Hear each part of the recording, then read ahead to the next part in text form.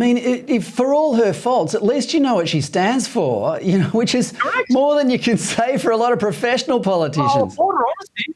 I'll applaud her for being honest. What you see is what you get, minus a few problematic alleged relationships with some shady, allegedly shady figures. But for all that, I have more respect for somebody like Lydia Thorpe, who actually has views problematic and difficult and crazy as they are in a lot of cases, but at least she ventilates them sort of openly. I take her over somebody like a Penny Wong or something, who you really can't tell how close her inner and outer voice is on most days of the week. Exactly. Again, I don't care if somebody has funky views, but let's have some honest debate, please. Well, talk about honest debate. Let's switch to Premier Dan Andrews.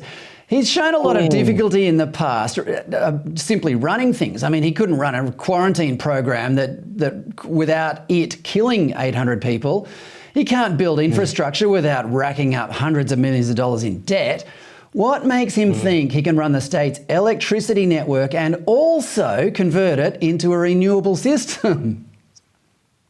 Well, he can't. Nobody can, because they are relying on technology that is either in its infancy or is manifestly inadequate. We know that. We know that despite billions and billions of dollars worth of investment going back all the way to when John Howard was in the lodge, renewables still account for a tiny percentage of our electricity needs. We know they cannot provide power self-evidently when sun doesn't shine and wind doesn't blow. We know that storage and batteries and that sort of solution to that problem is non-existent to the extent it exists at all. And even if it was viable, it would be either too expensive or require resources like lithium and copper and so on that just don't exist in the amount that we need them for. We know that green hydrogen is at best in its very, very early development. We certainly cannot design a power system around it. And of course, we know that when services are provided by the government, including basic utilities, they are generally of worse quality and don't serve customers well. I mean, I'm not old enough to remember telecom, which was a crap service that would take you months and months and months to get a phone line installed.